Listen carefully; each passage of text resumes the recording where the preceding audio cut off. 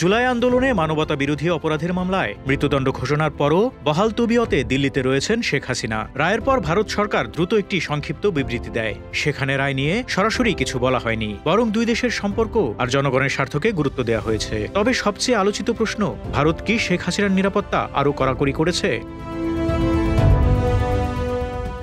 ভারতের স্বরাষ্ট্র মন্ত্রণালয়ের একজন শীর্ষ কর্মকর্তা বিষয়টি নিয়ে খুব কম কথা বলেছেন। তিনি এক খুদে বার্তায় 3টি ইংরেজি শব্দ লিখেছেন। Bare minimum plain clothes no paraphernalia, মানে শেখ হাসিনাকে যতটুকু নিরাপত্তা দেওয়া বাধ্যতামূলক শুধু সেটুকুই দেওয়া হচ্ছে। কোনো কমান্ডো, কোনো আড়ম্বর, কোনো প্রদর্শন নেই, সবকিছু খুব নিভৃতভাবে চলছে। তিনি আরও একটি কথা বলেন, in her case secrecy is the security, অর্থাৎ শেখ হাসিনার সবচেয়ে বড় সুরক্ষা হলো তার অবস্থান ও চলাচল গোপন রাখা। তিনি কোথায় আছেন, কিভাবে থাকছেন, এ তথ্য যতটা অনিশ্চিত থাকবে তার নিরাপত্তা ততটাই নিশ্চিত থাকবে।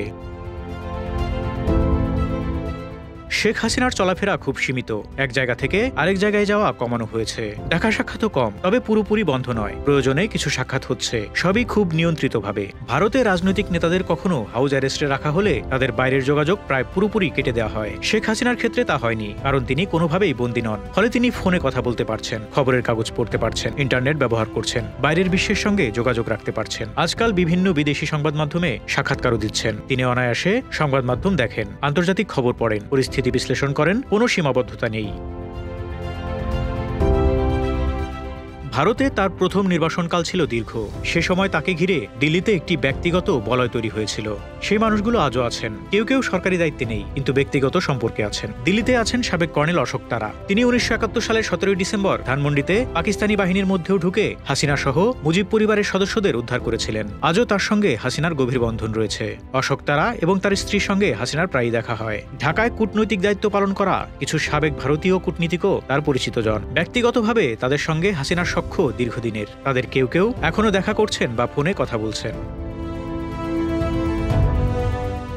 হাসিনা দিল্লিতে পৌঁছানোর সেদিন সন্ধ্যায় শর্মিষ্ঠা মুখার্জি তার এক্সে একটি বার্তা দেন, stay safe and strong Hasina aunty. তিনি প্রয়াত রাষ্ট্রপতি প্রণব মুখার্জির মেয়ে। ছোটবেলা থেকেই হাসিনার পরিবারকে খুব কাছে থেকে দেখেছেন। সেই পুরনো সম্পর্ক আজও স্বাভাবিক আছে।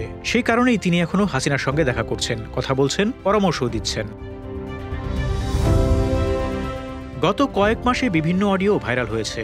সেখানে একাধিক কণ্ঠস্বর শেখ হাসিনার সঙ্গে মিলেছে। ভারত সরকার এই বিষয়ে কিছু বলেনি, তবে কয়েকজন পদস্থ কর্মকর্তা ব্যক্তিগত আলাপনে স্বীকার করেছেন এসব অডিও সত্যিই তার। ভারতের কিছু বিশ্লেষক মনে করছেন, দলের মনোবল ধরে রাখতে হাসিনা যেন নিয়মিত নির্দেশ দিতে পারেন, তাই দিল্লি এসব কথোপকথন হতে দিচ্ছে।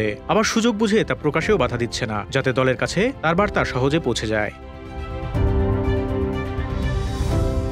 হাসিনা প্রতিদিনই কথা বলেন তার মেয়ে সাইমা ওয়াজেদ পুতুলের সঙ্গে, যিনি এখন দিল্লিতেই আছেন। যুক্তরাষ্ট্রে থাকা ছেলে সজীব ওয়াজেদ জয়ের সঙ্গেও তার নিয়মিত যোগাযোগ চলছে। 5ই আগস্টের পর আওয়ামী লীগের বহু নেতা ও কর্মী সীমান্ত পেরিয়ে ভারতে গেছেন। তাদের কেউ কেউ ফোনে হাসিনার সঙ্গে কথা বলেছেন, কিন্তু কাউকেই সরাসরি দেখা করার অনুমতি দেওয়া হয়নি। নিরাপত্তার নিয়মই এখন সেখানে সবচেয়ে কঠোর অংশ।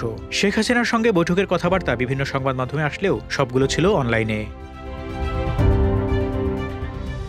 ভারতের এক গুরুত্বপূর্ণ কর্মকর্তা পরিস্থিতিকে ক্রিকেটের ভাষায় ব্যাখ্যা করেছেন, পিচ খুবই প্রতিকূল, বল কখন কোথায় লাফাবে বলা যায় না। এখন শট খেলতে গেলে বিপদ। অর্থাৎ দিল্লি এখন অত্যন্ত সতর্ক, একেবারে নীরব ধীর হিসেবি নীতি নিয়ে পরিস্থিতি সামলাচ্ছে। আর শেখ হাসিনাকেও খুব পরিকল্পিতভাবে আড়ালে রাখা হচ্ছে। যতটা প্রয়োজন ঠিক ততটা প্রকাশ থেকে দূরে।